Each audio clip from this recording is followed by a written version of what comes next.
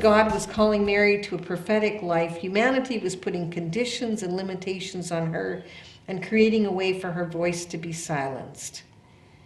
But here in this Magnificat, Mary is clearly living out her call to ministry by proclaiming the good news found in Jesus Christ.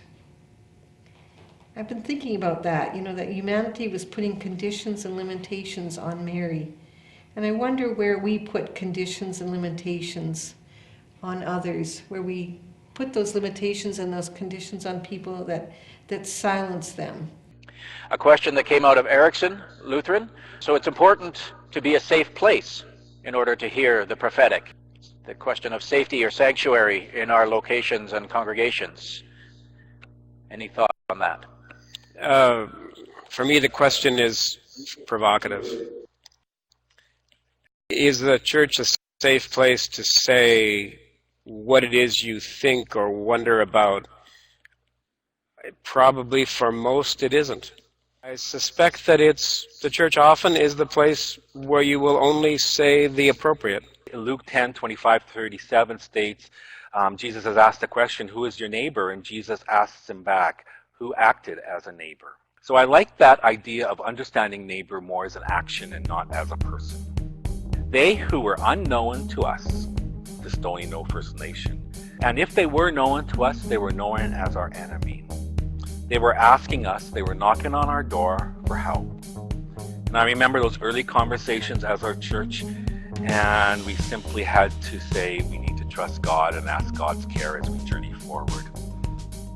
I think sometimes we end up being hindered by a few voices, whoever those voices might be, who don't want to risk. And I think this goes for, ways in which we elect a church council. If we're going to have gender parity, I think it goes for whether we're open to LGBTQ leadership from the pulpit or marriage. I think it matters in the ways we are willing to converse with First Nations neighbors as well, and risk doing different music on a Sunday morning. We tend to walk cautiously a lot in our Lutheran circles, and I think some of where we need to go these days requires more risk-taking. When do I know it's God and when do I know it's me? But I think one of the litmus tests for me about that is what I'm hearing congruent with the God that I know in Scripture.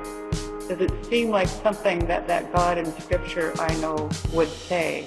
If I'm not sure if it really is God, I also often will share what I think I've heard with people whose faith journeys I really respect, and let them also help me discern whether that sounds like a true word from God. I think we have to pray for God's Holy Spirit to guide us and bless us in spite of ourselves, and pray that the kingdom would come and that we would bear witness to it wherever possible. And so people need lots of loving today, and a lot of people are very much alone and they're afraid, and the gospel takes that away.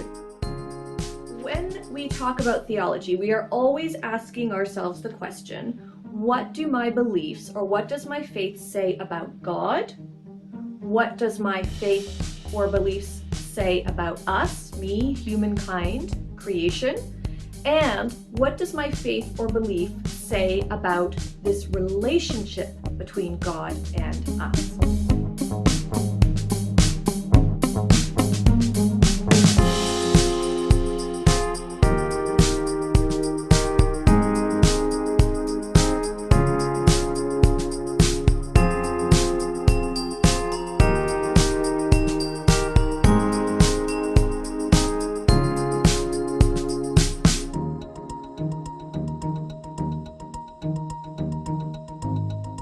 And I'll leave you with the blessing that the Lord's face shine upon you and be gracious to you. The Lord look upon you with favor and give you peace.